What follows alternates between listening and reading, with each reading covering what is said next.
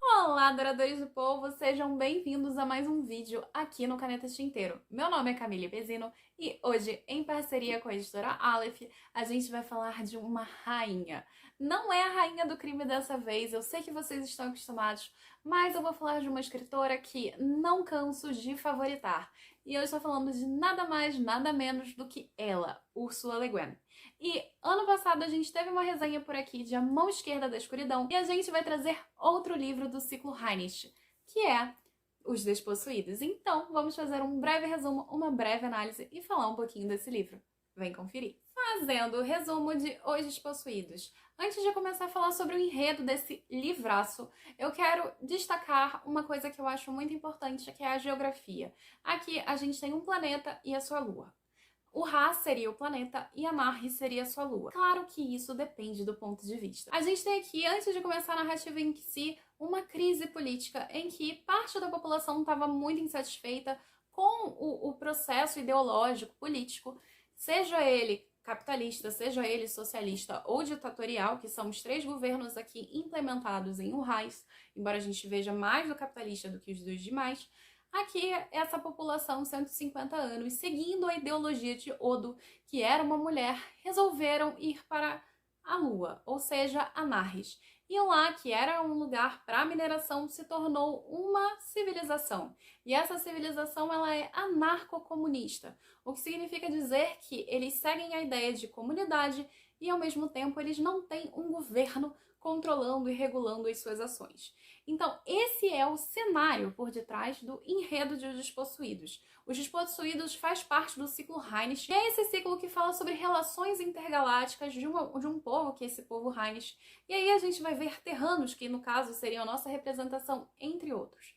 Mas agora falando do enredo em si, a gente vai acompanhar o Shevek, ou Shevek. Eu não sei como se pronuncia porque eu não sei právico. Mas aqui, esse personagem, ele já começa deslocado desde sua infância, só que a gente vai acompanhar nesse livro aqui em Mediorezo. Significa que a gente vai conhecer o Shevek entrando numa nave e saindo de Anarris e indo para Urraz.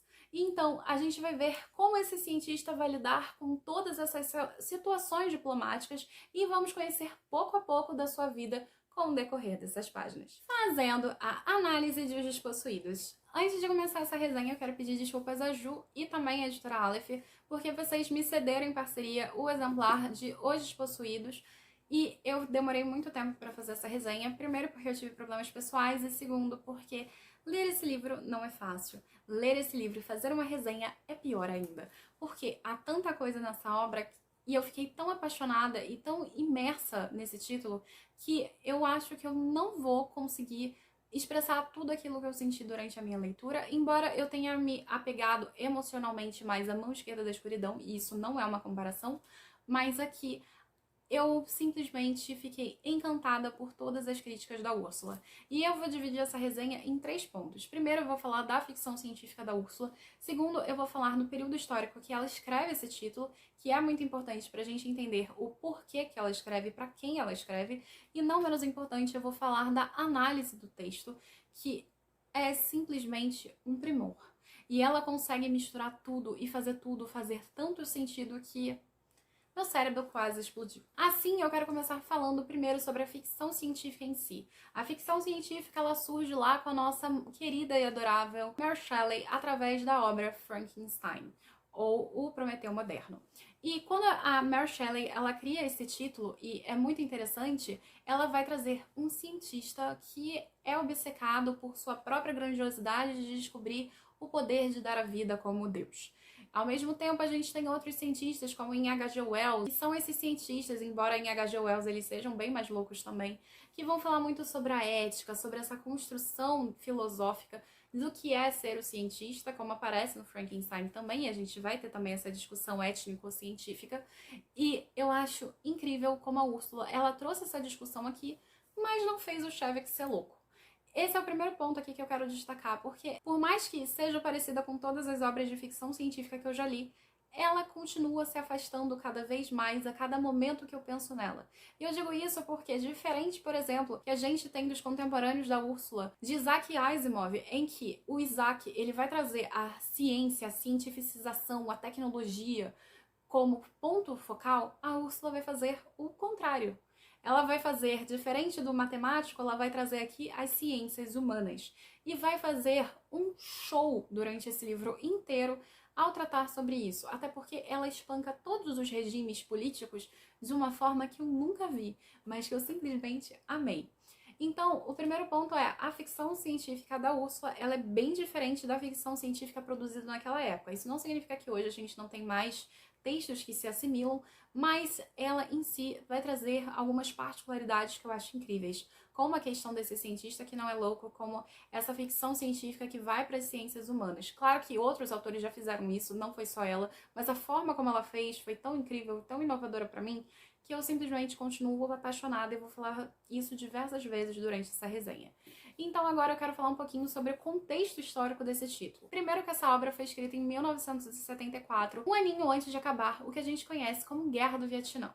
Durante esse período histórico, a gente estava passando por uma fase que foi uma resposta da Segunda Guerra Mundial, quando a Segunda Guerra Mundial acabou, que é a Guerra Fria. Existiam duas grandes potências no mundo rivalizando em todos os aspectos que não eram do combate, é claro, porque elas não iam ao combate, elas não invadiam a terra uma da outra, que seria os Estados Unidos com seu viés capitalista e a União Soviética com suas ideias socialistas. E essas duas grandes potências começaram a disputar territórios. Eu vou deixar para vocês aqui a resenha de Atos Humanos, um livro que eu simplesmente chorei horrores, que é uma resenha que vai falar sobre por que a gente tem a divisão Coreia do Sul e Coreia do Norte. Que essas duas grandes potências são as responsáveis por isso. E isso quase se deu também no Vietnã. Então, lá em meados de 1965, se eu não me engano, começa um conflito porque a gente tem o Vietnã e o sul dele é capitalista e o norte é socialista. Um segue o espectro dos Estados Unidos, o outro segue o espectro da União Soviética, como aconteceu lá na Coreia.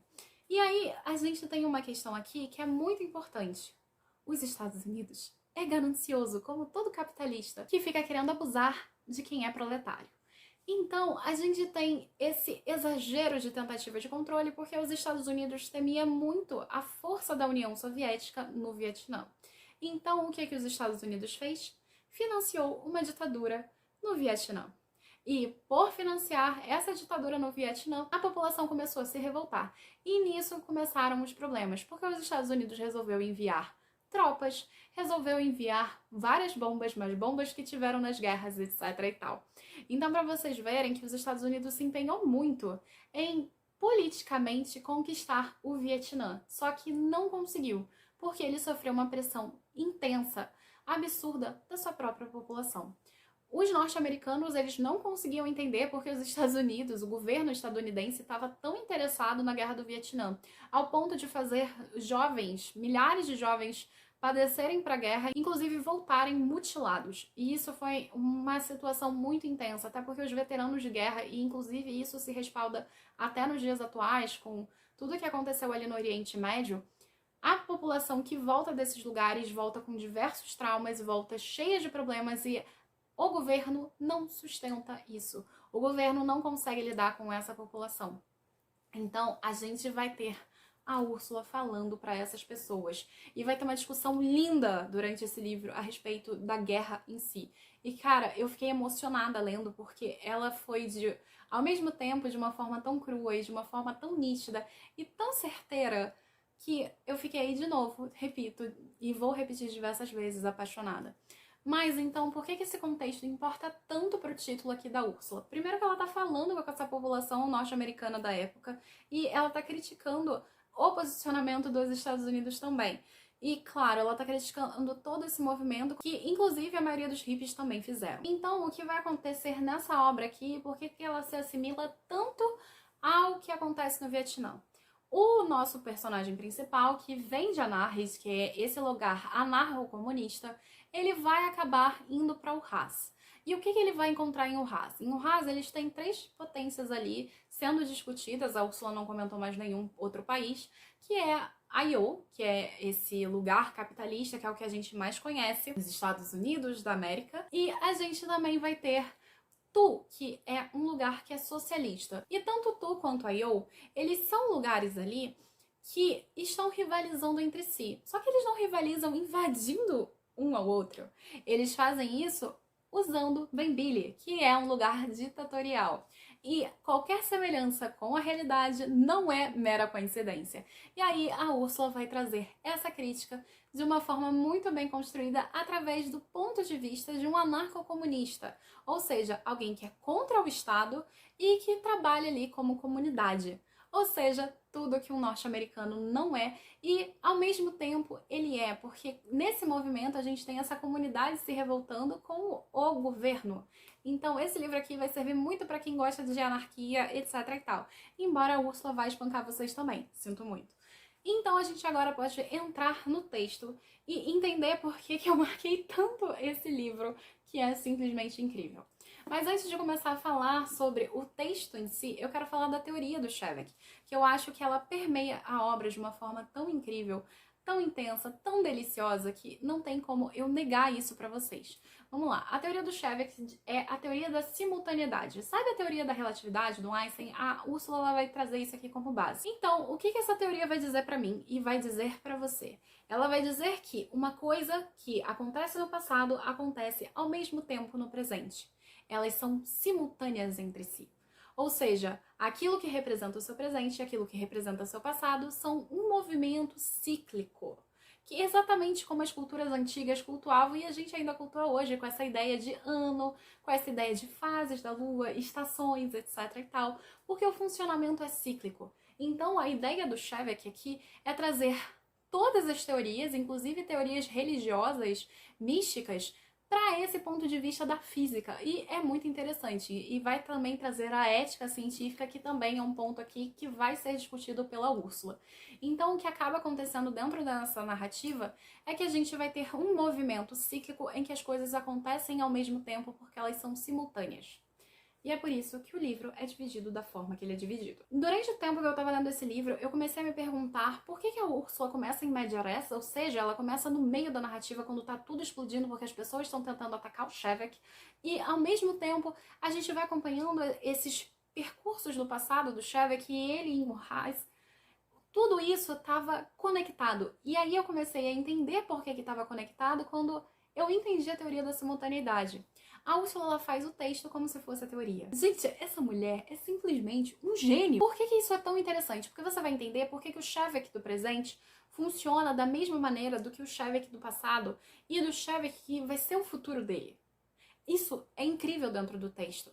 A gente tem esse incômodo, essa egoização do Shevek desde o início. E a teoria dele, ela, ao mesmo tempo que ela evolui, ela ainda está estagnada ali dentro da narrativa. Não só porque a teoria está na cabeça dele, mas é porque a teoria sempre esteve na cabeça dele desde que era criança. Então a gente vai ver esse movimento cíclico se repetindo aqui, acontecendo sempre ao mesmo tempo. O mais interessante, e porque essa mulher é um gênio, é que até mesmo as teorias que o Shevek segue, elas são cíclicas. Por exemplo, a gente vê o nome da Odo. O nome da Odo é o nome mais redondo que eu vi. O-D-O. E o Dzinho também é redondo, o O é redondo. Então a própria Odo representa esse ciclo. E a gente está aqui falando de uma comunidade anarcocomunista. Porque a anarquia, ela nunca para, ela está sempre se renovando como um ciclo. E essa mulher fez tudo cíclico. O tempo, o espaço, a teoria, a prática, o anarquismo, a própria ideia, a concepção da ideologia da Odo e a própria Odo, elas são um ciclo. E eu posso estar parecendo muito louca, mas se você leu esse livro, eu acho que você vai entender ou vai pensar, essa menina endoidou de vez. Então, durante as páginas desse título, a gente vai ver um texto que ele vai funcionar de maneira cíclica e a gente vai entender pouco a pouco como essa teoria ela vai se fundir ao texto e o texto vai se fundir à teoria de uma forma que a gente não consegue desassociar. E isso é muito interessante quando a gente está vendo a perspectiva da narrativa, porque essa perspectiva vai casar e muito, muito bem com tudo aquilo que ela vai trazer de ciência política dentro desse romance. A gente vai ter críticas contundentes e críticas espancando absolutamente todas as teorias. Ela é um pouquinho tendenciosa aqui para esse ponto comunista e eu não me espanto, mas mesmo assim É porque faz muito mais sentido. A gente está falando de uma escritora que pensa no ser humano e pensa em como o ser humano ele é problemático em si e como ele sempre está pensando em si. E a melhor forma de lidar com isso é fazer uma comparação entre a escassez de Anarres e a fartura de Urraz. E quando ela faz isso, ela vai mostrar que a gente não precisa de muito, a gente precisa dividir. E nem todo mundo vai perceber isso, mas a maioria pode perceber isso se for criada nesse nicho. Só que ao mesmo tempo ela está criticando a humanidade em si, porque a humanidade ela nunca vai ser plena. Ela sempre vai tender a essa tentativa de controle intensa, mesmo nesse espaço anarcocomunista. E por isso eu volto a repetir, a anarquia também é um ciclo, como a própria teoria da simultaneidade. Você tem que estar sempre e constantemente lutando por esse direito. E é incrível como ela vai fazer isso dentro do romance, porque vai mostrar como ela foi muito sagaz a criticar todos os geopolíticos, inclusive todo mundo que ela já leu, para construir esse texto. E tem resquício aqui de diferentes filósofos políticos que, se eu for ficar citando para vocês, é uma lista enorme e eu não vou fazer isso. Outra coisa que eu acho incrível nesse romance, e aí a gente vai falar sobre as dicotomias dessa teoria da simultaneidade, como a gente fala de passado e presente, é que a gente vai ter o inferno e o céu representados pelo ponto de vista. Afinal, o Hades, ele pode ser tanto o paraíso quanto o inferno, e ao mesmo tempo, a Anarres pode ser tanto paraíso quanto o inferno, e tudo depende de uma perspectiva. Então, duas coisas que eu quero comentar a respeito desse romance são: a primeira é que a gente vai ter uma dicotomia diversas vezes. Não só capitalismo, anarcocomunismo, não só capitalismo, socialismo, não só inferno e paraíso, Anarres e o Hades, porque são todos contrastes entre si, complementares, e isso eu acho muito interessante, porque a gente tem o que a gente tem em Anarres, a gente não tem o Raiz. O que a gente tem em Raiz, a gente não tem em Anarres. E isso eu tô falando até dos minérios que existem em Anarres e da fauna e da flora que existem em Raiz. Então a gente tem sempre esses contrastes, essas dicotomias sendo lançadas aqui dentro do texto e dentro dessa narrativa em diferentes perspectivas. E todos os personagens têm perspectivas muito marcadas e muito direitinhas em relação àquilo que eles aprenderam durante toda a sua vida e aquilo que eles passaram a questionar durante a sua vida. O que é muito interessante, porque a Úrsula vai fazer uma construção de personagem impecável aqui nesse sentido. Embora eu não tenha me conectado tanto com eles, a construção deles é simplesmente maravilhosa, porque ela tá sempre no subtexto e você vai pegando os detalhes pouco a pouco na narrativa e você vai ficando só cada vez mais apaixonado por essa mulher. E, para além dessa dicotomia, eu quero comentar outra dicotomia que eu acho muito interessante, que é a distopia utópica e a utopia distópica. Porque, de novo, a gente vai entrar nessa questão da perspectiva dos personagens e a gente vai ver que a Úrsula ela consegue trazer uma distopia utópica e uma utopia distópica. E isso, claro, também vai variar do ponto de vista, mas a própria noção que a gente vai construindo no texto, porque a gente vai acompanhando o Shevek. Então, a noção dele é um pouco da nossa noção dentro do romance. E é muito interessante como ela vai fazer isso, porque a gente tem o viajante da anarquia comunista, dessa utopia criada por Odo, conhecendo a nossa realidade. E isso é fantástico, porque a gente vai ter uma inversão de valores. Sempre somos nós dessa realidade invadindo a realidade do outro dessa utopia. E isso acontece até, por exemplo, em 1984, porque somos nós que estamos ali abrindo o texto.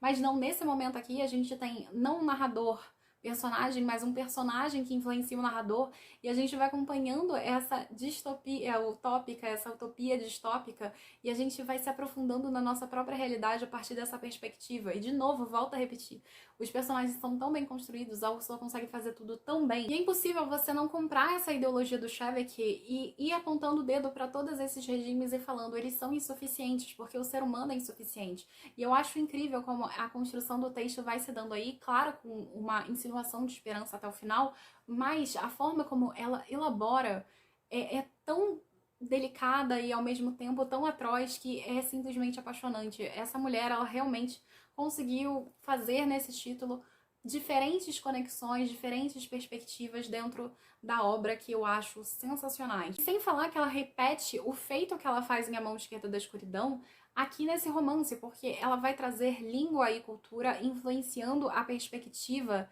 dos indivíduos. E os indivíduos influenciando a cultura e a língua. Porque, por exemplo, como na Mão Esquerda da Escuridão a gente tem umas particularidades linguísticas, aqui a gente também tem. A língua do Shevek, que é o právico, ela é uma língua que não tem pronomes possessivos, porque eles não são proprietários, e aqui a gente tem uma dicotomia entre proletários, digamos assim, e proprietários, ou seja, a galera de Anarres que tá fugindo desse sistema dicotômico marxiniano. Aqui a gente tem uma ideia muito interessante de língua, porque é uma língua criada artificialmente. Essa língua não tem pronomes possessivos, essa língua não tem xingamentos, essa língua não tem hipersexualização do feminino, o que é sensacional.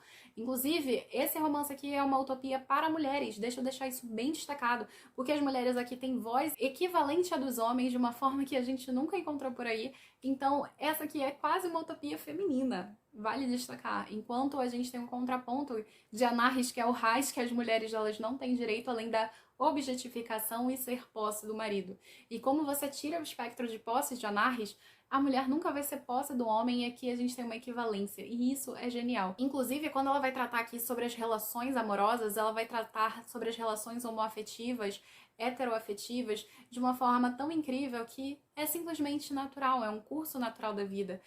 A própria ideia de monogamia aqui como escolha, ser uma declaração de amor também é linda, incrível, maravilhosa, perfeita. Além dessas críticas, de novo, e eu vou retomar justamente por causa do contexto inicial que eu trouxe, ela vai trazer muito fortemente a questão da guerra e vai mostrar sobre essa questão da virilidade em relação à guerra, que faz com que os proletários se esforcem pela nação, essa ideologia de nação, o Estado sendo a nação e não para proteger o seu igual, né? O seu irmão ou sua família ou qualquer outra pessoa que você se importe. E também vai ter muitas críticas, inclusive em relação à Terra, sobre a questão do ecossistema, da ecologia. E eu achei incrível, e eu preciso destacar isso, porque eu fiz biologia marinha no meu técnico, e a forma como ela explorou a vida marítima de Anarres foi sensacional, ao mesmo tempo que ela tem ali a fauna e a flora, a diferença do espaço e como esse espaço funciona entre escassez e fartura. Tudo que ela faz é tão bem desenvolvido, tão bem encaixado, que eu simplesmente continuo elogiando pra vocês. E eu tô tentando falar a resenha, mas a minha boca ela só abre pra falar elogios pra essa mulher. E é impressionante. Então a gente tem muitas críticas nesse romance. A gente vai ter, de novo, e recapitulando brevemente, críticas aos sistemas políticos, ao ecossistema, à ecologia, a questão do feminino, a questão da linguagem, a questão da cultura, a questão do cíclico, a questão da simultaneidade, a questão da guerra, a questão do controle. E aí, quando a gente está falando desse anarquismo, a gente está falando sobre o contínuo ser anarquista, o contínuo ser revolucionário. Então a gente está falando de revoluções, a gente está falando de ideologias políticas, a gente está falando de controle acadêmico, a gente está falando de controle das massas, como as massas influenciam nas opiniões, e ali em Anarres a gente vai ver isso muito fortemente, porque você tem um controle, mas não é um controle do Estado, é um controle da maioria. Então você vai ter também uma crítica à estagnação dentro dessa anarquia, e dentro dessa anarquia e dessa estagnação a gente tem essa crítica incrível à questão de como funciona o meio acadêmico. Também a gente vai ter uma crítica sobre, será que todo mundo está recebendo realmente igual nesse comunismo? Porque não é isso que acontece na prática. Então a Úrsula vai trazer críticas a todos os sistemas de governo, cada um mais certeiro do que o outro, para mostrar que o maior problema realmente é o homem, mas ainda existem esperanças, existe ainda a possibilidade de melhora, e essa é a mensagem que os despossuídos vai trazer para mim. Ao mesmo tempo que o ser humano é corruptível, é destruidor da sua própria realidade, da sua própria natureza, não só da natureza do homem, como da natureza do seu cenário, ainda assim há esperança, porque você precisa ser revolucionário por si. Não para o outro, mas por si, por tudo aquilo que você quer de melhor. Agora eu quero falar um pouquinho dessa edição da Aleph. Eu tenho edição de capa dura, eu sei que tem edição de brochura. Como vocês podem ver, a diagramação desse título é muito confortável, dá pra ler realmente ele numa sentada. Eu que parava pra analisar e ficava pensando, oh meu Deus, como essa mulher é incrível, porque eu não conseguia parar de fazer isso. E aqui, por exemplo, a gente tem um mapinha sobre como funciona o RAS, como funciona a Anarres. A editora facilitou a nossa vida em relação a isso, como vocês podem ver. Então fica muito mais fácil lidar com a tentativa de entender esses dois planetas diversos. A tradução aqui é da Suzana de Alexandria e a tradução ela é muito boa. E então, gente, é isso, olha só, eu quero realmente mostrar pra vocês quantas marcações. Claro, nem todas essas marcações elas são frases de efeito, mas a Úrsula usa muitas frases de efeito aqui pra dar um tapa na nossa cara e funciona muito bem. Eu tomei vários tapas durante essa narrativa e eu acho que todo mundo vai tomar, e eu espero que todo mundo tome, porque isso significa que vocês leram esse título. Então vão ler essa obra. Enfim, gente, é isso. Eu espero que vocês tenham gostado. Eu não parei de elogiar a Úrsula, continuo aqui no encerramento elogiando a Úrsula, então vão lá ler essa obra aqui maravilhosa. E se vocês quiserem comprar ela na Amazon, por gentileza, vão lá comprar. Aproveitem e comprem aqui no link de baixo. Também vão lá comprar A Mão Esquerda da Escuridão, que eu sei que vocês vão amar esse título. Bom, não menos importante, você pode se inscrever aqui no canal, ativar o sininho, curtir esse vídeo, comentar com seus amigos sobre essa louca aqui que tá falando diversos elogios a essa mulher que é incrível. E não menos importante, compartilhar esse vídeo com seus amigos e influenciar todo mundo a ler essa obra, porque ela merece ser lida. E claro, você pode acompanhar a gente no gctinteiro.com.br, que é nosso site, ou nosso podcast, o QGCT, que vale destacar, tem um podcast sobre A Mão Esquerda da Escuridão muito mais aprofundado. Você também pode seguir a gente no Instagram, @Grupo Caneta Tinteiro, ou quem sabe me encontrar lá na Twitch, @Grupo Caneta Tinteiro também, quando eu estiver fazendo lives por lá. E você também pode apoiar o Caneta e tentar me incentivar a ler outras coisas e elogiar outros autores que não a Úrsula, através do nosso Catarse. Lá no Catarse você vai participar de leituras coletivas, vai receber outras recompensas também, então vai lá conferir e apoiar a gente se você quiser. Muito obrigada e até a próxima. Tchau, tchau!